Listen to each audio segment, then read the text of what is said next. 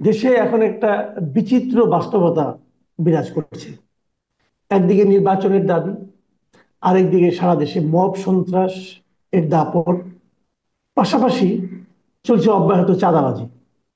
কতগুলি ঘটনা আমরা আমাদেরকে, আমার মনে হয় গত কয়েকদিন আপনাদেরকেও বিচলিত করেছে। বিটফোর্ডের সামনে নৃশংসভাবে প্রকাশ্য দিবালোকে একজনকে হত্যা করা। এর বাইরে বিভিন্ন জায়গায় আমরা দেখেছি, পাটগ্রামে দেখেছি, পটিয়ায় দেখেছি, থানায় হামলা, এবং কোথাও কোথাও গ্রেপ্তার করার জন্য চাপ দেওয়া, কোথায় কোথাও গ্রেপ্তারকৃত ব্যক্তিকে ছিনিয়ে নেওয়ার চেষ্টা, এগুলো আমরা দেখেছি। এর পাশাপাশি দেখেছি যে বসুন্ধরা এলাকায় একটা রাজনৈতিক দলের একজন কর্মীকে, একজন নেতাকে টাকা নিতে, এবং সে বলছে যে এই টাকাটা তো চাঁদাবাজি নয়, এটা তার দলের জন্য ফান্ড। এরকম দেখছি। আবার পাশাপাশি দেখছি যে হত্যাকাণ্ডগুলো ঘটছে তার জন্য দায় চাপানো হচ্ছে পলিটিক্যাল পার্টির উপর। এক পার্টি আরেক পার্টিকে দায়ী করছে। কিন্তু যখন আইন শৃঙ্খলা পরিস্থিতির অবনতি হয়, তখন সরকার কোনো দায়মুক্ত থাকতে পারে, এটাও কিন্তু এক বিচিত্র রাজনীতি নিয়ে আমাদের সামনে উপস্থিত হয়েছে। তো এই সমস্ত বিষয় নিয়ে কথা বলার জন্য আজ আমরা আমন্ত্রণ জানিয়েছি ঢাকা বিশ্ববিদ্যালয়ের শিক্ষক, সলিমুল্লাহ মুসলিম হলের প্রভোস্ট ডক্টর আব্দুল্লাহ আল মামুনকে। জনাব আব্দুল্লাহ আল মামুন, আমাদের অনুষ্ঠানে আপনাকে স্বাগত জানাচ্ছি। কারণ ভাই আপনাকে ধন্যবাদ এবং আপনার এই অনুষ্ঠানে প্রথমবার আসলাম। লেটস লুক ফরওয়ার্ড টু ইট। এবং হ্যাঁ, এটা আমার আপনারা যারা দর্শক তাদেরও স্বাগত জানাচ্ছি। হ্যাঁ, আমাদের অনুষ্ঠানে আপনি প্রথমবারের মতো আসলেন।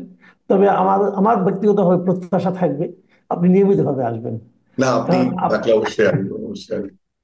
আমি যে কথাগুলি একটা লম্বা ভূমিকা আমি দিয়েছি, তো আমি আসলে এই বিষয়গুলো নিয়ে জানতে চাচ্ছি যে কতগুলি বিষয় যে আহ, যখন একটা সন্ত্রাসী ঘটনা ঘটে, আপনার অভিজ্ঞতা কি বলে? সন্ত্রাসী ঘটনা থেকে থামানোর জন্য তো দেশে একটা সরকার আছে, রাষ্ট্র আছে, তো তাদের দিকে কিন্তু কেউ দায় চাপাচ্ছে না। দায় চাপানোর চেষ্টা চলছে আরেকটা পলিটিক্যাল পার্টির উপর। এবং যে পলিটিক্যাল পার্টির উপর দায় চাপানো হচ্ছে, তারা কিন্তু এটাকে আবার অন্যভাবে ব্যাখ্যা করছেন। যেমন আজকে দেখলাম, আমি পত্রিকায় দেখলাম যে মির্জা ফখরুল ইসলাম আলমগীর বলেছেন যে নির্বাচনকে পিছিয়ে দেওয়ার জন্য তাদের উপর দায় চাপানো হচ্ছে। এই যে পরস্পরের দিকে মানে আপনার মানে দায় চাপানোর যে প্রবণতাটা, এটাতে আমাদের সমাজের আসলে কি লাভ হচ্ছে, এটাকে আপনি কিভাবে আসলে ব্যাখ্যা করবেন? তাহলে দেখুন, আমি যেহেতু সোশ্যোলজির ছাত্র এবং ক্রিমিনোলজি পড়েছি, আমরা ক্রাইম ম্যানেজমেন্টের তিনটা স্টেজ বলি। একটা হচ্ছে যে প্রিভেনশন, আপনি যেন অপরাধ না ঘটে তার একটা ব্যবস্থা করা। দ্বিতীয় স্টেজটা হচ্ছে ক্রাইম ম্যানেজমেন্ট, আপনি এই ধরনের কোনো ঘটনা ঘটলে সেটাকে ম্যানেজ করবেন। 3 নম্বর স্টেজটা আমরা বলি যে ইনভেস্টিগেশন এন্ড পানিশমেন্ট। আমি বরং আপনাকে প্রশ্নটা করি যে থিওরিটিক্যাল জায়গাটা আমি তুলে ধরলাম, আপনি কি ক্রাইম প্রিভেনশন বা prevention is better then cure, আমরা এটা সবাই জানি, এরকম কোন উদ্যোগ কি আপনি দেখছেন? এবং আমরা যেটা বলি যে ক্রাইম প্রিভেনশনের জন্য সামাজিক সংযুক্তি, প্রাতিষ্ঠানিক সংযুক্তি খুব গুরুত্বপূর্ণ। এখানে একটি বিষয় মনে রাখতে হবে যে এখন লোকাল গভর্নমেন্ট নেই, পলিটিক্যাল পার্টি গুলো দেশ চালাচ্ছে না, এবং একই সাথে আমলা এবং পুলিশের যে মাসল পাওয়ার ডেমনস্ট্রেশন সেটাও করা যাচ্ছে না। তাহলে সরকারের যেটা উচিত ছিল যে বিভিন্ন ধরনের সামাজিক প্রতিষ্ঠানগুলো, যেমন আপনি দু একটা ছোট্ট জিনিস যদি অপ্রাসঙ্গিক হচ্ছে কিনা আমি জানি না, যেমন আমাদের ফ্যামিলি প্ল্যানিং এবং এডুকেশনে ইমামদের একটা ভূমিকা আছে, স্কুল শিক্ষকদের ভূমিকা আছে। তারা কি এই সরকারের সাথে এখন সংযুক্ত? 2 নম্বরে আসছে, আপনার লোকাল গভর্নমেন্ট নেই, কিন্তু লোকাল গভর্নমেন্ট একটা ব্রড রোল থাকে ক্রাইম প্রিভেনশনে, মব প্রোটেকশনে বা ডেটারেন্সে, পুলিশের সহযোগী হিসেবে কাজ করতে, সামাজিক স্থিতিশীলতা রক্ষায়, সেটিও কিন্তু নেই। তাহলে এই জায়গাটাতে প্রথম থেকে একটু সচেতন থাকতে হতো। আমরা সবসময়, কদিন থেকে আমি টক শোতে দেখছি যে ফরাসি বিপ্লবের উদাহরণ দেওয়া হচ্ছে, যে ফরাসি বিপ্লবের পরে অনেক ধরনের আহ সমাজে অস্থিতিশীল ছিল, কিন্তু একটা কথা বলা হচ্ছে না যে ফরাসি বিপ্লবের পরে অনেক ধরনের সংস্থা, অনেক ধরনের ক্লাব, অনেক ধরনের সিভিল সোসাইটি গ্রুপ কিন্তু ডেভেলপ করা হয়েছিল, যে যেন ক্রাইমকে প্রিভেন্ট করা যায়। আরেকটা জিনিস দেখেন, যেহেতু আপনি চাঁদাবাজির শব্দটা আনলেন বা ক্রাইমের কথাটাকে প্রথমে আনলেন, অস্থিতিশীলতা আনলেন, আমরা ক্রিমিনোলজির একটা ফেমাস স্কুল হচ্ছে শিকাগো স্কুল, অর্থাৎ আমেরিকার শিকাগোতে স্ল্যাম এরিয়াতে আপনার মোস্টলি ড্রাগ, বিভিন্ন ধরনের ছিনতাই, চাঁদাবাজি, এই ঘটনাগুলো ঘটতো। সেটাকে প্রিভেন্ট করেছে কিভাবে? এটা কি পুলিশ ফোর্স দিয়ে? না, ওটাকে এডুকেশন এবং ইনস্টিটিউশনাল সংযোগ এবং সামাজিক সংযুক্তের মাধ্যমে। এই জায়গাটাতে আসলে আমরা কেউ খুব কম কথা বলছি। আমরা যদি এটা করতে পারতাম কামাল ভাই, সম্ভবত প্রিভেনশনের জায়গাটা হতো। দ্বিতীয়টা যেটা স্টেজ, যে আপনি ক্রাইম ম্যানেজমেন্ট, সে জায়গাটাও কি ভালোভাবে করতে পারছি? দেখা যাচ্ছে কেউ যমুনার সামনে বসলে যে একটা ব্যবহার করা হচ্ছে, আর এক গ্রুপের সামনে আর একটা ব্যবহার করা হচ্ছে। ছোট গ্রুপ প্রতিবাদ করলে একটা ব্যবহার করা হচ্ছে, আবার পলিটিক্যাল পার্টির কোনো উইং প্রতিবাদ করলে আর একটা ব্যবহার করা হচ্ছে। সো ক্রাইম ম্যানেজমেন্টেও কিন্তু আমরা এই সরকার ভালো ইফেক্টিভনেস দেখাতে পারেনি। এরপর আসেন 3 নাম্বার স্টেজ, যে আপনি ইনভেস্টিগেট করবেন, বিচারের মুখোমুখি করবেন এবং পানিশমেন্ট দিবেন, যেন এই ক্রাইমটা অন্য কেউ আর করার সাহস না পায়। এটাই তো ল, এটাই তো প্রসেস। সেটা থেকে আপনি গত 1 বছরে একটা চাঁদাবাজির কোনো, আপনি যে চাঁদাবাজির কথা বলছেন, মির্জা ফখরুলের কথাই বলি, গোলাম পরোয়ারের স্টেটমেন্টের কথাই বলি, ডক্টর শফিকের কথাই বলি, বা নাহিদের কথা বলি, তারা তো পলিটিশিয়ান, তাদের একটা স্টেটমেন্ট থাকবে। আপনি কি একটা চাঁদাবাজির ঘটনায় কোনো চার্জশিটের ঘটনা শুনেছেন? বা প্রথমবার তো গ্রেপ্তার হচ্ছে, দ্বিতীয়বার ওর কি হচ্ছে, আদৌ ছাড়া পাচ্ছে কিনা, ওর পুলিশের কোনো ওটা তদন্ত করছে কিনা, এই ঘটনাগুলো কিন্তু দেখেন কামাল ভাই মিসিং। আমরা সংস্কার সংস্কার করে সামাজিক স্থিতিশীলতার জায়গাটা, একটা সাধারণ মানুষের যে চাহিদার জায়গাটা, একটা সুশৃঙ্খল ভাবে সমাজে থাকা, দ্রব্যমূল্য নিয়ন্ত্রণে থাকা, স্বস্তির মধ্যে থাকা, আপনি সংস্কার সংস্কার করে রাজনীতিকে এত গুরুত্ব দিচ্ছেন যে অর্থনীতি এবং সমাজনীতি পিছিয়ে পড়ছে। আপনি 1 বছর পরে সে আর বলতে পারেন না যে আমরা ইন্টারিম গভর্নমেন্ট, আমাদের দায়িত্ব কতটুকু, এই জায়গাটা আমরা ফেল করেছি। 4 নাম্বার যে পয়েন্টটা যুক্ত করতে, যে পলিটিক্যাল পার্টিগুলোর মধ্যে ব্লেম গেমের যে কথাটা আপনি বলছেন, এটা খুবই দুঃখজনক যে যদিও বিএনপি বড় রাজনৈতিক দল, তাদের কথাটা সবচেয়ে বেশি আসছে চাঁদাবাজি এবং টেন্ডারবাজি এই কথাগুলোর ক্ষেত্রে, কিন্তু আপনি ভুলে যাবেন না যে জামাত ইসলাম, যারা রিলিজিয়াস পলিটিক্স করে, ধর্মীয় রাজনীতি, তাদের আমি গতকালকে একটা দেখতে চাচ্ছিলাম, যে গত পত্রিকাগুলো ঘাটছিলাম যে জামাত ইসলাম সংক্রান্ত কেমন নিউজ এসেছে। তা আমি আসলে 6 মাসে খুঁজতে পেরেছি যেটা প্রকাশিত ঘটনা, তাতে আমি 32টা কেস পেয়েছি, এবং আপনি দেখতে পাচ্ছেন আমার মোবাইলে এই 32টা কেসের ডাটা। এটা খুলনার খালিশপুর থেকে কুড়িগ্রামের টিওনগের মাদ্দর থেকে ছয় সিলেটের মাসে টাকা। হ্যাঁ, আমি কিন্তু এই ডাটাটা বের করেছি, এবং হুম। এটা জামাত ইসলামের নেতারা চাইলে, আমি কোনো কাউকে বিরাগ ভাজন করছি না, আমি বিএনপির কথা বলেছি। কিন্তু একটা প্রোপাগান্ডায় দেখবেন, আমি মির্জা ফখরুল ওই জায়গাটা যাওয়ার চেষ্টা করছি, একটা প্রোপাগান্ডায় দেখবেন যে এগুলো, এই চাঁদাবাজিকে সামনে এনে, টেন্ডারবাজিকে সামনে এনে এই কথাগুলো বলে এটাকে সামাজিক স্থিতিশীলতার পর্যায়ে না রেখে বারবার বলা হচ্ছে এই পরিস্থিতি কি ইলেকশন সম্ভব, এই পরিস্থিতি কি ভোট বাক্স নিরাপদ থাকবে, এই কথাটা বলা হচ্ছে। আমার মনে হয় ওখানেই মির্জা ফখরুলের অবস্থানটা, যে সমাজে আইন শৃঙ্খলা পরিস্থিতি যদি অবনতি ঘটে তাকে ঠেকানো, বা চাঁদাবাজি ঘটলে তাতে ঠেকানোর দায়িত্ব সরকারের। এটা পলিটিক্যাল পার্টিকে চাপিয়ে দিলে তখন জিনিসটা ভিন্ন খাতে দেখায়। আরেকটা যদি আপনার দৃষ্টি আকর্ষণ করি, আপনি দেখেন মিটফোর্ডের যে ঘটনাটা ঘটলো, কোনো অপরাধী, সে যে দলের হোক, আমি যেন শিক্ষক হিসেবে কোনো দলের প্রতি যদি আমার সমর্থনও থাকে, কিন্তু ওই জায়গাটায় একেবারে অবিচল যে পানিশমেন্ট হতে হবে, এই প্র্যাকটিস করতে দেয়া যায় না। কিন্তু আপনার ঘটনাটার যে নৃশংসতা, সেটাও কিন্তু একেবারে মানে অনেকটা আমরা যেটা বলি না যে আইএমএ জালিয়াতকে হার মানিয়ে দেয়, ওই চিত্র মনে আসছে। কিন্তু দুটো পার্ট দেখেন, যারা পাথর নিক্ষেপ করছে, ওই 3 জন বা 4 জন বা 5 জন, তারা কি বিএনপি কর্মী কিনা সরাসরি? 2 নাম্বার, বিএনপি বা যাদেরকে বহিষ্কার করলো তারা কি প্রথম সারির কিনা? আবার পুলিশ যাদেরকে অ্যারেস্ট করলো বাকিরা কোথায়? আবার দেখবেন গতকালকে একটা ভিডিওতে দেখলাম, এই যে ভিকটিমের মেয়ে, ভাগ্নি এবং ওয়াইফ, তারা বলছে যে পুলিশ দুটো কাগজ দেখিয়েছে, একটাতে সাক্ষাৎকার বলেছে এটাতে সাইন করবে, ওটাতে সাইন করবে। তার মানে ওই গভর্নমেন্টের যে রোলটাকে আমি বারবার হাইলাইট করার চেষ্টা করছি, এই জায়গাটায় গভর্নমেন্ট ফেল করেছে, এবং যে কারণে কিন্তু এগুলো পলিটিক্যাল রেটোরিক হিসেবে ডেভেলপ করছে। যদি এমন হতো যে বিটফোর্ডে 20 জনকে ধরা হয়েছে, তদন্ত হয়েছে, এই রায় এই করেছে, তাহলে কিন্তু এইটা ধামাচাপা দেওয়া যেত, প্রয়োজন হতো না, প্রকৃত ঘটনাটা বেরোতো। আর একটা জিনিস আপনি দেখেন, আমি নৃশংসতার কথাটা বললাম, কিন্তু একটা ঘটনাকে সারা দেশে যে নাড়িয়ে দিয়েছে, দুটো পার্সপেক্টিভ থাকতে পারে। একটা হচ্ছে বিপ্লব পরবর্তী মানুষ ভীতিটা কেটে গেছে, মানুষ কথা বলতে পারছে, আমি এটাকে খুবই ওয়েলকাম করি। যে সরকারি পরবর্তীতে সরকার গঠন করুন, তাদেরকে এটা ফেল করতে হবে যে একটা পাবলিক প্রেশার কিন্তু আছে, আগের মতো বন্দুকের নলের মধ্যে সমাজকে দমিয়ে রাখা যাবে না, এটা কিন্তু অবশ্যই। কিন্তু আমি একটা ফ্যাক্ট স্ক্যানিং একটা রিপোর্ট দেখলাম যে 3,000 ইমেল থেকে এই ঘটনাটাকে, অ্যাকাউন্ট থেকে এটাকে প্রমোট করা হয়েছে। 3,000। তো দেখেন তাহলে, এবং আমরা দেখেছি কিছু কিছু পলিটিক্যাল পার্টির সিনিয়র লিডাররাও ঘটনাটাকে হাইলাইট না করে দলকে হাইলাইট করেছে, নৃশংসতাকে হাইলাইট না করে ব্লেম করার চেষ্টা না, করেছে। 1 মিনিট 1 মিনিট, ওই 3,000 ইমেলটা, এটা এটা এটা কি হয়েছে আসলে? এটা কি মানে বিভিন্ন জনের কাছে পাঠানো হয়েছে এই এবং একটা বলা হচ্ছে এই কয়েক একটা 3,000 ইমেল থেকেই সার্টেন? বেশি, হ্যাঁ, 3,000 ইমেল থেকেই এইটা ছড়িয়েছে।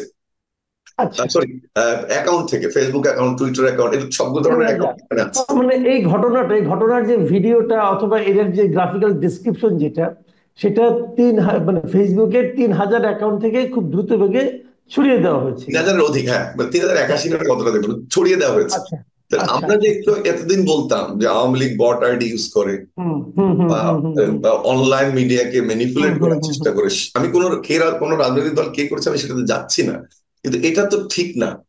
আপনি হুম, আরেকটা জিনিস দেখেন, সংস্কারের যখন আলোচনা হচ্ছে, মেইন স্ট্রিম মিডিয়াতে সংস্কারের খবরগুলো যেভাবে আসছে, আর হুম, দেখবেন যে অনলাইন মিডিয়াতে শুধু মানছে না, একমত হচ্ছে না, করতে দিচ্ছে না, হবে না, সংস্কার করুন, এই জিনিসগুলো বেশি আসছে। কিন্তু আপনি লিস্ট করেন কামাল ভাই, আপনিও টক শোতে রেগুলার যান, আমিও যাই, আপনার 10% যাই অবশ্য আমি। তো সেটাতে দেখবেন আপনি মেইন স্ট্রিম মিডিয়াগুলোর যে বিহেভিয়ার জি। অনলাইন, এটা কি মেলে ভাই? শুধু নেগেটিভটাকে প্রমোট করা হচ্ছে, যেগুলো ভালো এগ্রিমেন্ট হচ্ছে। অর্থাৎ এই মুহূর্তে কিন্তু কামাল ভাই আমাদের সোশ্যাল কোহেসিভনেস দরকার, সামাজিক সংহতি দরকার। নাকি আমরা একটা গভর্নমেন্ট পালালে মসজিদের ইমাম পালাবে, মুয়াজ্জিন পালাবে, সচিব পালাবে, মন্ত্রী পালাবে, এরকম দেখছি? এটা তো দেখতে চাই না। আমরা রিকনসিলিয়েশন চাই, যেটা আফ্রিকাতে হয়েছে, রুয়ান্ডাতে আপনার গণহত্যার পরে হয়েছে, উগান্ডাতে হয়েছে, ল্যাটিন আমেরিকায় হয়েছে। এটা না আপনার উদাহরণ দিবেন আপনি? নাকি আপনি এরকম করতে থাকবো, একটা এমন সমাজে থাকবো যে ইমাম পালিয়ে যাচ্ছে, শিক্ষক পালিয়ে যাচ্ছে, একটা কথা বুদ্ধিজীবী। আপনি আমাকে বলেন, আপনি যেহেতু ইমাম শিক্ষকদের কথা বললেন এবং ঐক্যের কথা বললেন, আমাদের গত এই 1 বছর আমরা কি দেখছি যে বাস্তবতা তৈরি হয়েছে? ইমাম শিক্ষক এরাও কি নিজেদেরকে নিজ নিজ পেশায় নিজ নিজ কাজে নিরাপদ মনে করতে পারছে? আপনি দেখেন কয়েকদিন, এই 2 দিন আগের ঘটনা কিন্তু, একজন ইমাম খুতবা পড়ার সময় তাকে কোপানো হয়েছে। হয়েছে তো। আপনি এই চট্টগ্রাম বিশ্ববিদ্যালয়ের কথা দেখেন, ভিসি কে বলা হচ্ছে যে আমাদের কথা শুনতে হবে কারণ আমরা আপনাকে এখানে বসিয়েছি। তো একজন শিক্ষক বলেন, একজন ইমাম বলেন, একজন সমাজের গণ্যমান্য ব্যক্তি হিসেবে যাকে আমরা আগে মানতাম, মাতবর টাইপের আগে বলতাম আমরা, তো তাদেরকে তাদের ভূমিকাটা পালন করার জন্য অনুকূল পরিবেশ আমরা দিতে পারছি? না, দুটো জিনিস ভাববে। প্রথমটা হচ্ছে যে আমরা, এটা কোনোভাবেই গ্রহণযোগ্য নয়। আর সেদিন একটা টক শোতে আমি এটা নিয়ে কথা বলেছি যে যদি যে শিক্ষার্থীরা কমেন্ট করেছে চিটাগং বিশ্ববিদ্যালয়ে, আমি ভাইস চ্যান্সেলর হলে আপনি এটা কোট করে রাখতে পারেন, ভবিষ্যতে যে কোনো ঘটনার আমি সম্মুখীন হলে আমি পদত্যাগ করতাম, এবং এটার বিচার না হওয়া পর্যন্ত আমি এটাকে যতদূর যেতে হয় তত দূরে যেতাম। তাহলে প্রথম হচ্ছে যারা এই ঘটনাগুলো শিকার হচ্ছে তাদের এই পার্সোনালিটি জ্ঞান বা তার চ্যাপ্টার প্রতি যে সম্মান, তার ক্ষমতায় থাকার মোহটা ত্যাগ করে এটা থাকতে হবে। দুই, যারা এই অপরাধটা করলো সেই জায়গাটা কিন্তু গুরুত্বপূর্ণ। ওই যে প্রাইমারি স্কুল থেকে শুরু হয়েছিল, চেক থেকে তুলে দেওয়া, হাই স্কুল থেকে জি। শুরু হয়েছিল, থানাতে শুরু হয়েছিল। আমি খুব একটা নিদারুণ ব্যর্থতা বলবো সরকারের, যে এইটা যদি প্রথম পর্যায়ে ওই ভুলটা না করতো, যেদিন সচিবালয়ে বাচ্চারা ঢুকলো এবং এইচএসসি পরীক্ষা ছাড়াই পাশ করার সিদ্ধান্ত ছিল, ওই উস্কানি ছিল এই সমস্ত ঘটনার পিছনে একটা কারণ। এবং যেখানে যখন ঘটনা ঘটেছে তখন যদি সামাজিক শক্তিটাকে, এটা এলাকার মুরব্বী, শিক্ষক, একজন শিক্ষককে মারছে, বাট অন্যান্য মানুষ, বিবেকবান মানুষ সেখানে আছে, এটা টিওনও কিন্তু পারতো তাকে নিয়ে প্রতিরোধ করতে, অথবা তার মোরাল সেই শক্তিটা ছিল না। এটা না হওয়ার কারণে এই ঘটনাটা ঘটেছে, এবং যেটা কোনোভাবে গ্রহণযোগ্য না। আরেকটা জিনিস আমি মনে করি খুব গুরুত্বপূর্ণ, সেটা হচ্ছে দেখবেন যখনই রিকনসিলিয়েশনের কথা কেউ বলছে তাকে আক্রমণ করা হচ্ছে। আওয়ামী লীগ, ধরে নিলাম আপনি কথাটা খুব জোরে সোরে বলেন, আমিও বলি, প্রায় 2 কোটি মানুষ, ঠিক আছে, 1.5 কোটি মানুষ একেবারে অন্ধভক্ত আওয়ামী লীগের, বা 30% না 30 থেকে 35 তাদের ভোটিং পপুলারিটি। বাট খুব কম করেও দেখেছি, সানেমের একটা জরিপে দেখলাম তরুণদের মধ্যে 15, তাহলে সিনিয়রদের কিনলে এই সংখ্যাটা বাড়বে, আমার ধারণা 25 বা 30। 25 থেকে অবশ্যই আওয়ামী লীগের সাপোর্টার আছে। এটা হলো একটা পার্সপেক্টিভ। আপনার ভাই, আমার চাচা, আমার মামা, আমার খালু, এরাও কিন্তু আওয়ামী লীগ করছে, আমার ভাইরা, আপনার শালিক, এরাও আওয়ামী লীগ করছে। আপনি কি সবার সঙ্গে সম্পর্ক সেট করবেন?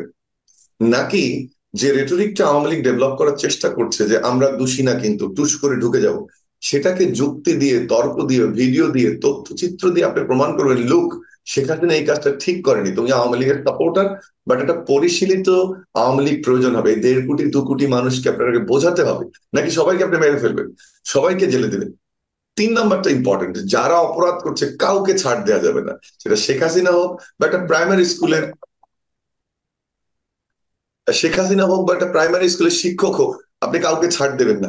আমি একটা উদাহরণ দেই আপনার, এটা রুয়ান্ডা বা উগান্ডাতে, সম্ভবত রুয়ান্ডাতে আপনার যখন এই গণহত্যা হলো, তারপরে ওরা একটা সাম্প্রদায়িক আদালত কাউকে করেছিল, ওটাকে বলে ওটা ডাকাকা আদালত বা সম্প্রদায় ভিত্তিক আদালত। সেখানে তারা কি করছে জানেন, ইউনিয়ন এবং গ্রাম পর্যায়ে বিচার ব্যবস্থাটাকে নিয়ে গেছে, বেসিক্যালি সামারি ট্রায়াল। কিন্তু কাউকে ছাড় দেয় নাই। যে একটা মাথা হুম। ফাটিয়েছিল তারও বিচার করেছে, তোমার 4 মাস তুমি সামাজিকভাবে বয়কট থাকবা, তোমার 10 মাস তুমি জেলে যাবা। দেখেন আমরা এইগুলোকে গুরুত্ব না দিয়ে আপনি 1.5 কোটি 2 কোটি, আমি আওয়ামী লীগের এখানে মানে আওয়ামী লীগকে ডিফেন্ড করছি না, আমি রিকনসিলিয়েশনের কথা বলছি। আওয়ামী হুম। লীগের ছোট যদি কেউ একটা ক্রাইম করে তাহলে অবশ্যই বিচার হতে হবে, কিন্তু এমন তো লোকটা 10টা 5টা থাকতে পারে যে কোনো অপরাধ ছিল না, আদর্শিক জায়গা ছিল, বা আওয়ামী লীগের কাজের প্রতিবাদ করেছে, আপনি কি তাকেও মিশিয়ে ফেলবেন? তাহলে কিন্তু রিকনসিলিয়েশন হবে না। আপনি সাউথ আফ্রিকা দেখেন, বর্ণবাদ আন্দোলনের পরে কি করেছে, তারা রিকনসিলিয়েশনের দিকে গেছে। আপনি ইন্দোনেশিয়াতে দেখেন, ক্র্যাকডাউনের পরে রিকনসিলিয়েশনের দিকে গেছে। সে ধরনের কোনো জিনিস কিন্তু দেখতে পাচ্ছি না।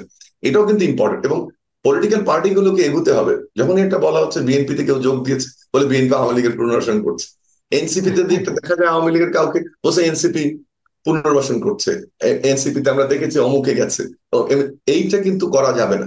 এই জায়গাটাতে আপনার আমার একটা রোল আছে, যারা সুস্থভাবে চিন্তা করি বা কোনো পক্ষকে ছাড় না দিয়ে কথা বলার চেষ্টা করি, সেই জায়গাটাতে রোল আছে যে রিকনসিলিয়েশনটা কিভাবে হবে। এবং যতদিন রিকনসিলিয়েশন না হয়, শুধুমাত্র এখন 1-2 বছর না, কিন্তু আমরা ভবিষ্যৎ যে রাজনীতির দিকে দেখছি সেটা কিন্তু সিরিয়াসলি একটা প্রশ্নবোধক চিহ্ন থেকে যাবে। জি, অনেক ধন্যবাদ। অনেক ধন্যবাদ জনাব আব্দুল আল মামুন। প্রিয় দর্শক, আপনারা শুনলেন বিভিন্ন বিষয়ে, বিশেষ করে আমাদের দেশের রাজনীতি, এবং যে জিনিসটাকে আমি সবসময় খুব গুরুত্ব দিই সেটা হলো একটা জাতীয় ঐক্য। আমি সবসময় মনে করি যে বিভক্ত জাতি কখনো অগ্রসর হতে পারে না। এবং ডক্টর আব্দুল আল মামুনের কণ্ঠেও কিন্তু আমি একই ধরনের সুর শুনতে পেলাম। আপনাদের কেমন লাগলো আপনারা লিখে জানাবেন। পরবর্তী সময়ে আমরা এগুলি আলোচনা করব।